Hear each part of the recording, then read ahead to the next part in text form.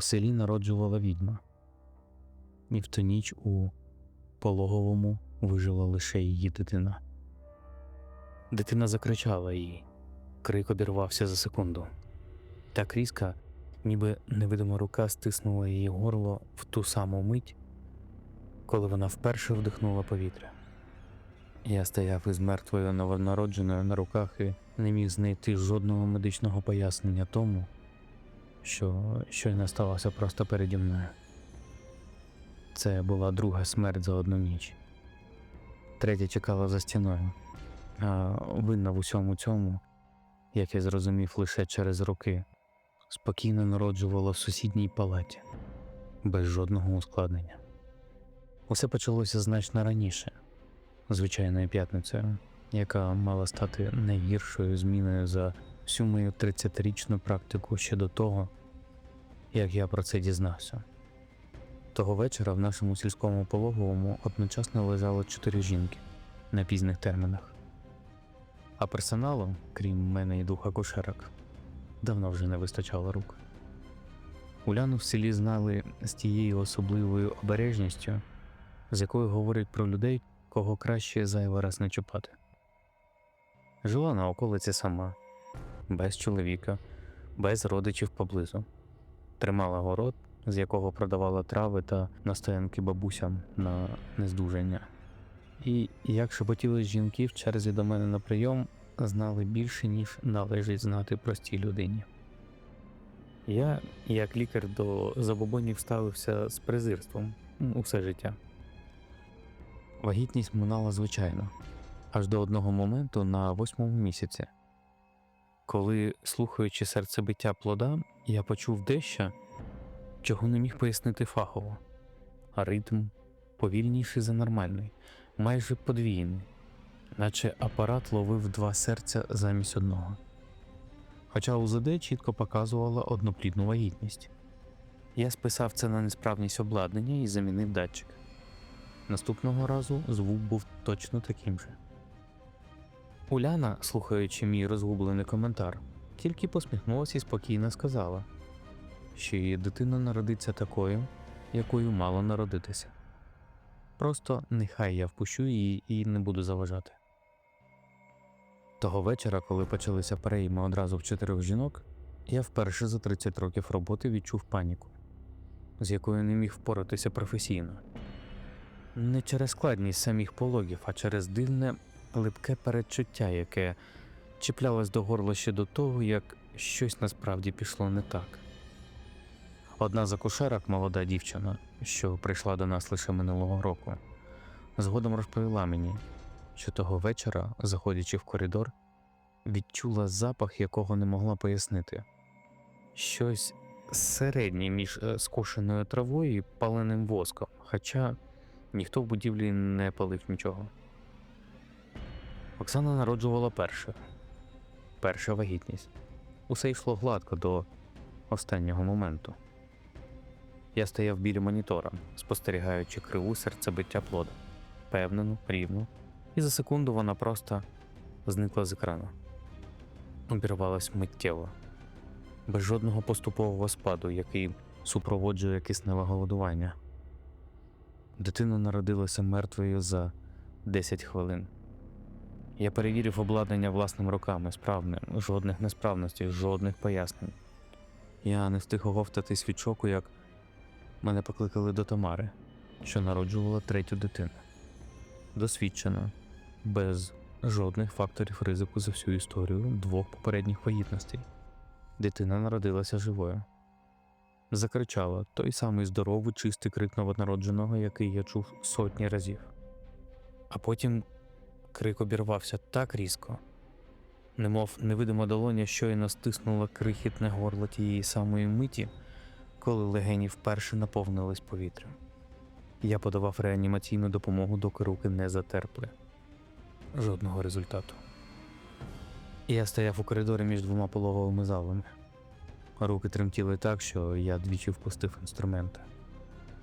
А десь за 3-ми дверима вже кричала Марина, і я біг туди з відчуттям людини, яка йде не рятувати життя, а спостерігати за чимось, що вже вирішено наперед. задовго до мого приходу. Третя дитина народилася з обвиттям пуповини, ускладненням, яке я долав десятки разів за практику без жодного наслідку. Звичайна керована ситуація для досвідченого лікаря. Але цього разу пуповина, здавалося, затягувалась сама. Силою, якою фізіологія просто не могла пояснити. Стискаючись у моїх руках, ніби мала власну волю до дій. Я різав, розплутував, боровся з тим, що не мало права опиратись. І, попри всі мої дії, дитина задихнулася просто в моїх долонях. А Марина закричала так, що цей крик я досі чую у вісні 30 років по тому. 3 дитини за одну ніч.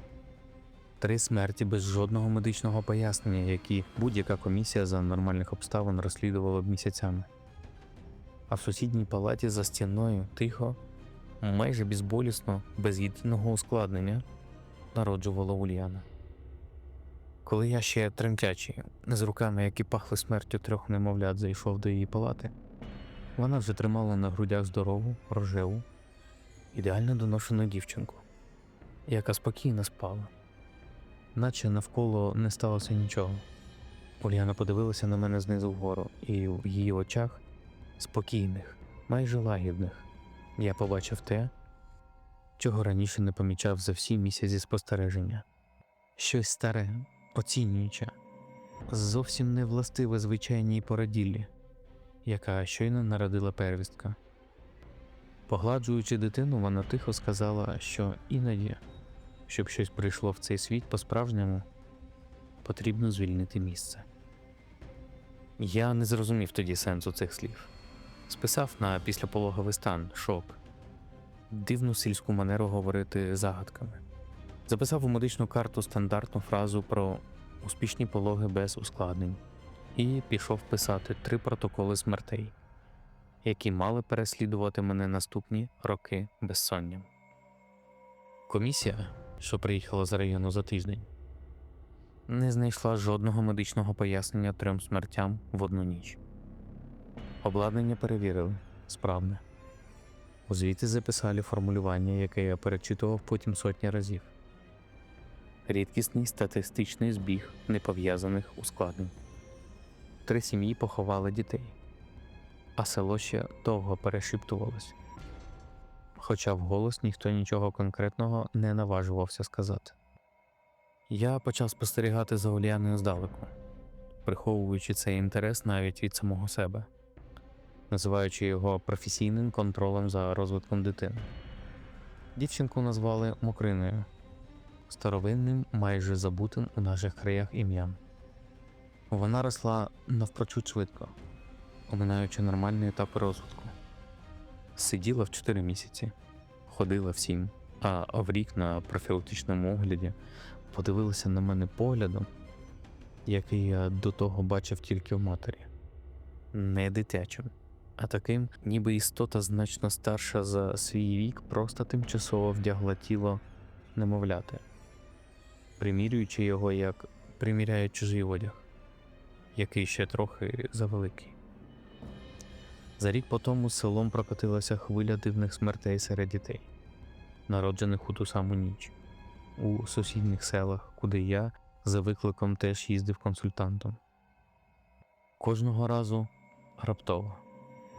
Необ'яснима зупинка серця чи дихання без жодних факторів ризику. І кожного разу я, вже не наважуючись говорити цього вголос навіть самому собі, подумки зіставляв дати з тими рідкісними моментами, коли до нашого району за чутками навідувалась Ульяна по травах. Востаннє я бачив Ульяну 3 роки тому, коли привіз до неї під приводом сусідської послуги кошик яблук. Насправді ж, зізнаюсь собі чесно, з бажанням хоч раз наважитись прямо запитати те, що мучило мене роками. Вона зустріла мене на порозі. Спокійно, майже така сама, як 30 років тому, коли вперше прийшла на облік. Час, здавалось, обходив її стороною так само, як обходив звичайні закони фізіології при пологах.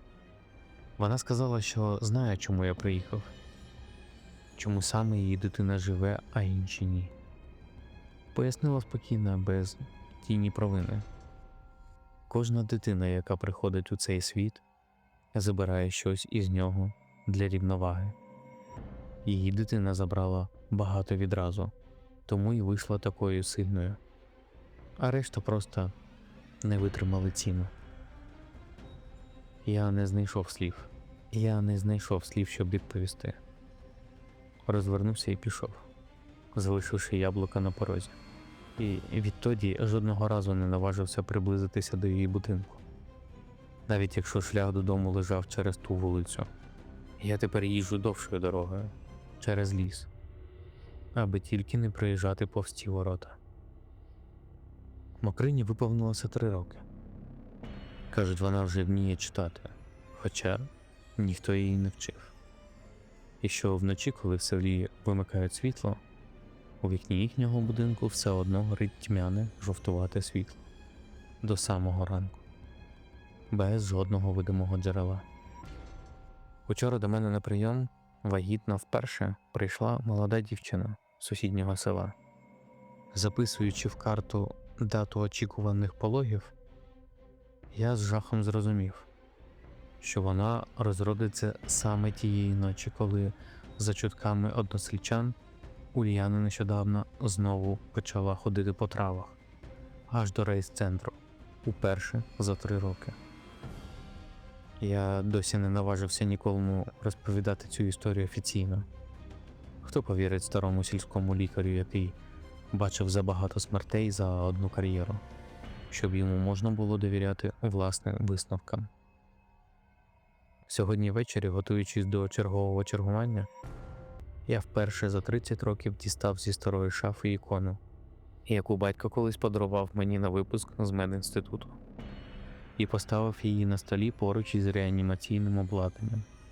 Хоча й сам не можу пояснити собі, навіщо медику, що все життя вірив тільки в науку, раптом знадобився захист, у який він ніколи не вірив.